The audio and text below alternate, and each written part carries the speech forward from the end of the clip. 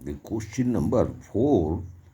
What are the ways in which an agent's authority may be terminated? And in connection to that, we will discuss the provisions of Section 201, Section 203, Section 204, Section 206, Section 207, and Section 208. So, the very termination of agent's authority may be terminated by the principal revoking his authority or by the agent renouncing the business of agency or by the business of the agency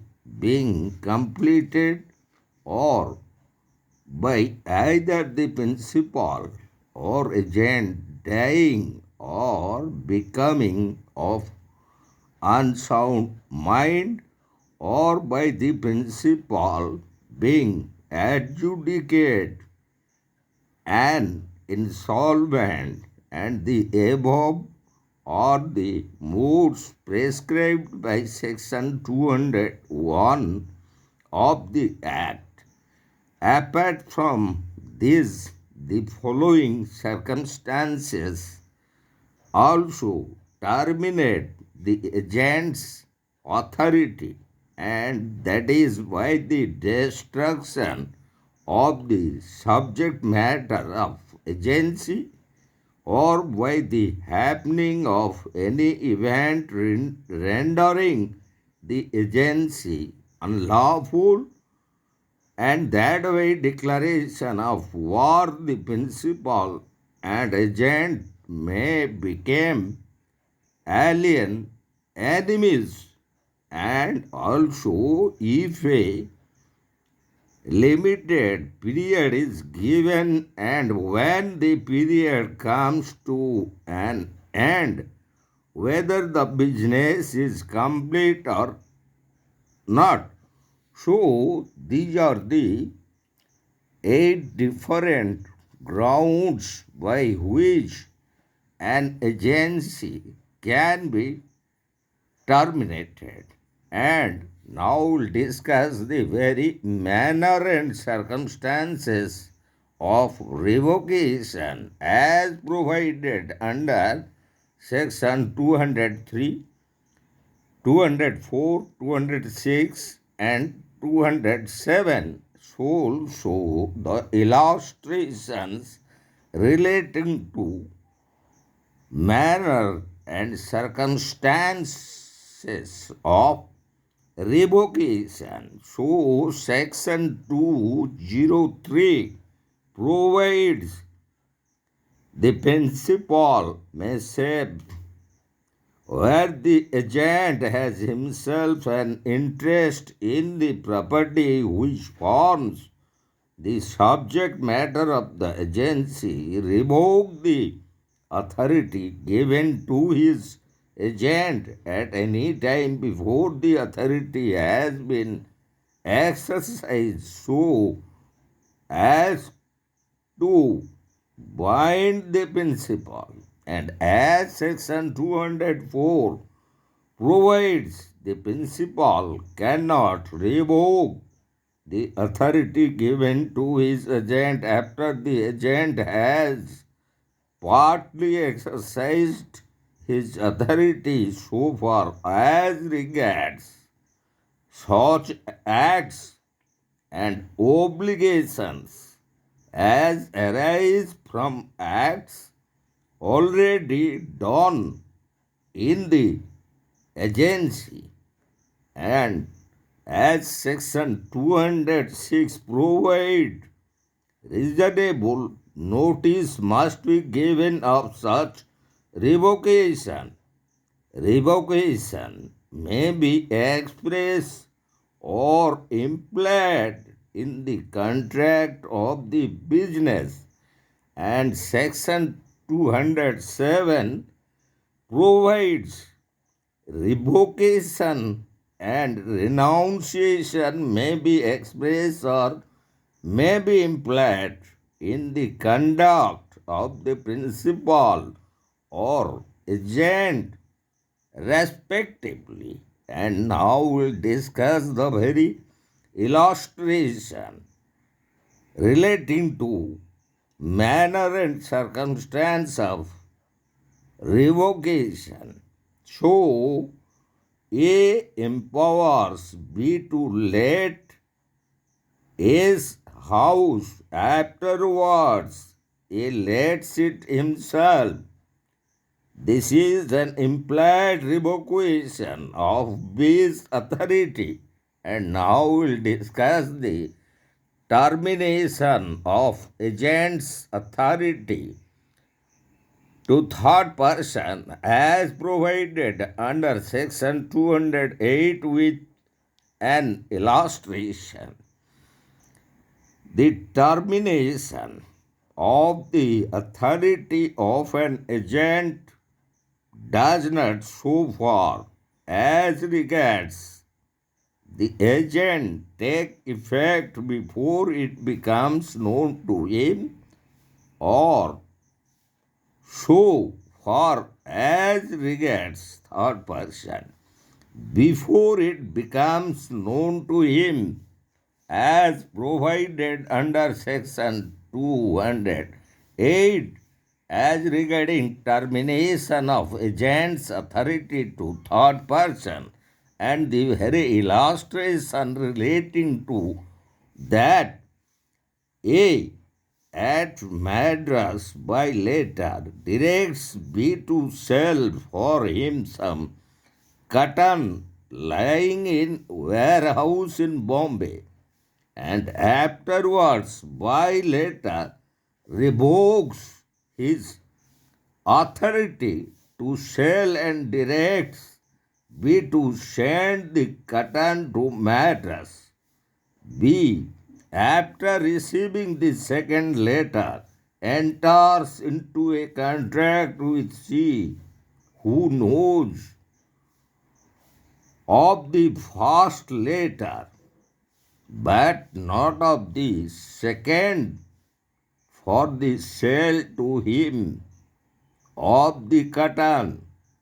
She pays B the money with which B absconds.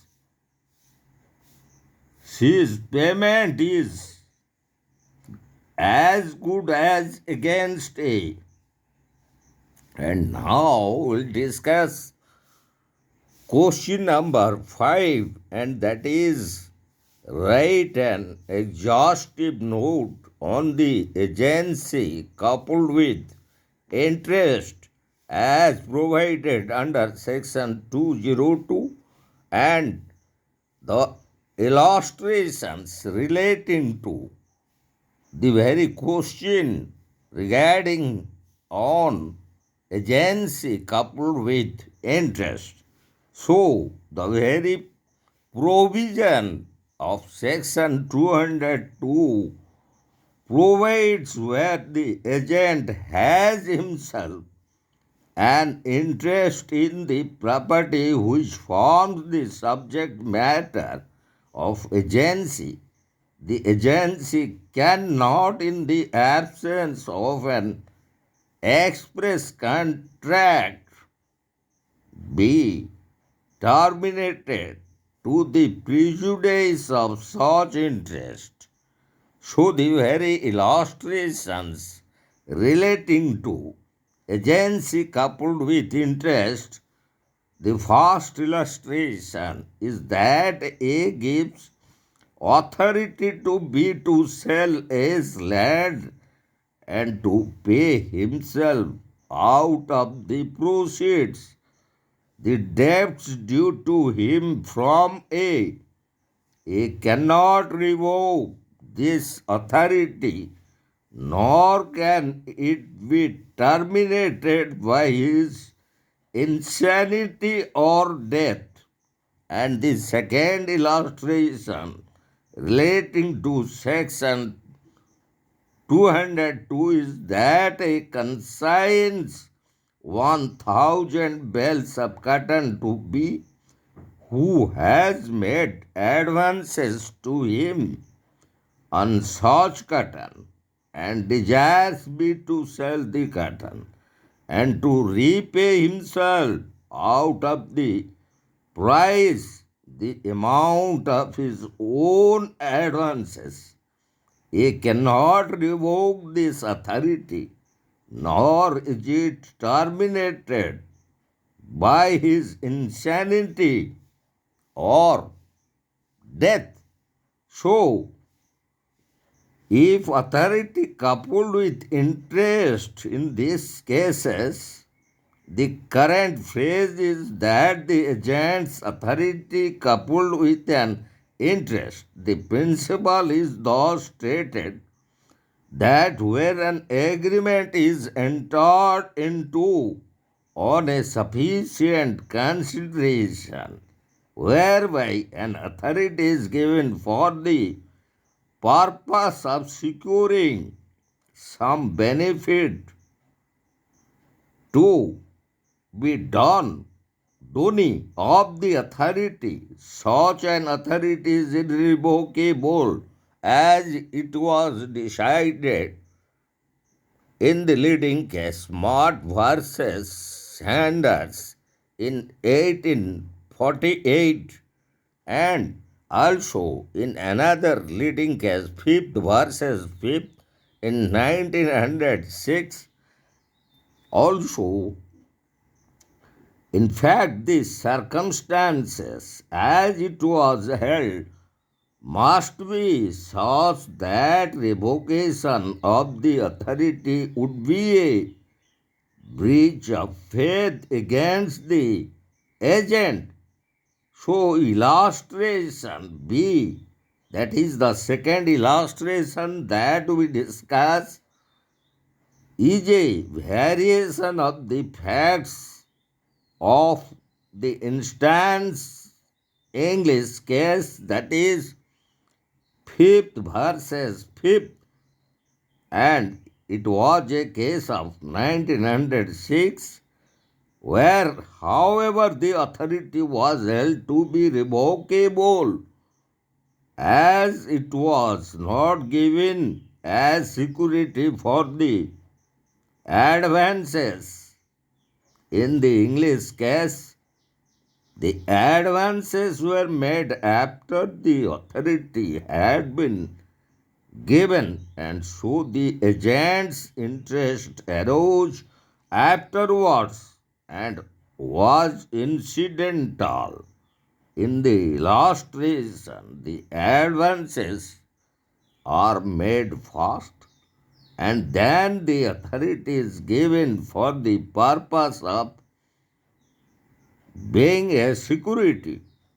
So the very expression has an interest in the property would include cases where authority is given by deed or otherwise, giving an interest in the property such as a security or a lien or a special rights in respect of advances upon the subject matter of agency.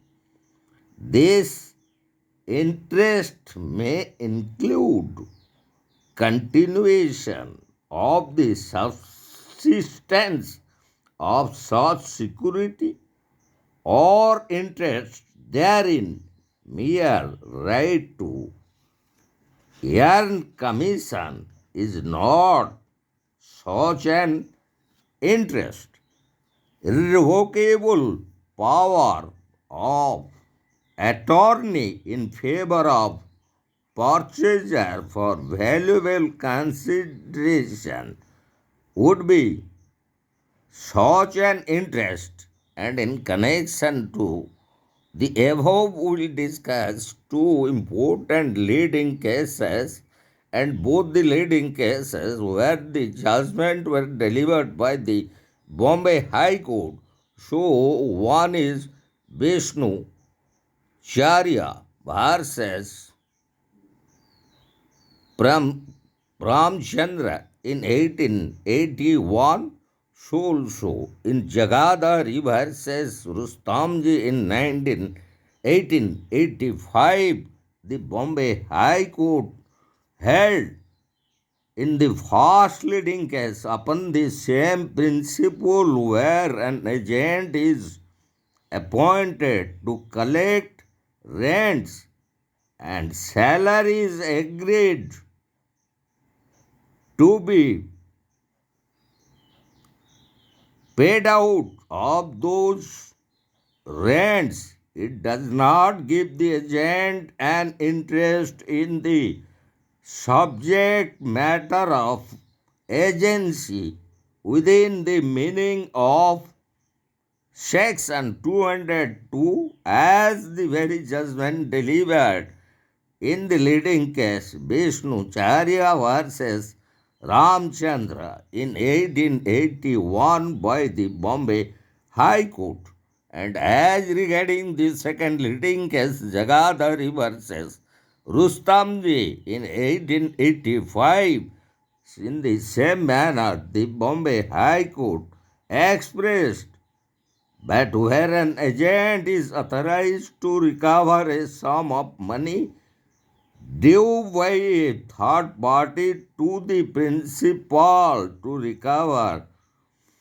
and to pay himself out of the amount so recovered the debts due to him from the principal, the agent has an interest in the subject matter of the agency and the authority cannot be revoked.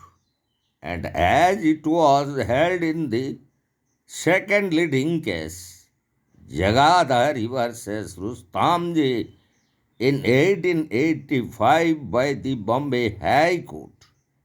So, this is all about the question 5. Write an exhaustive note on the agency coupled with interest as the very answers were found as per the provisions of Section 202 of the Indian Contract Act.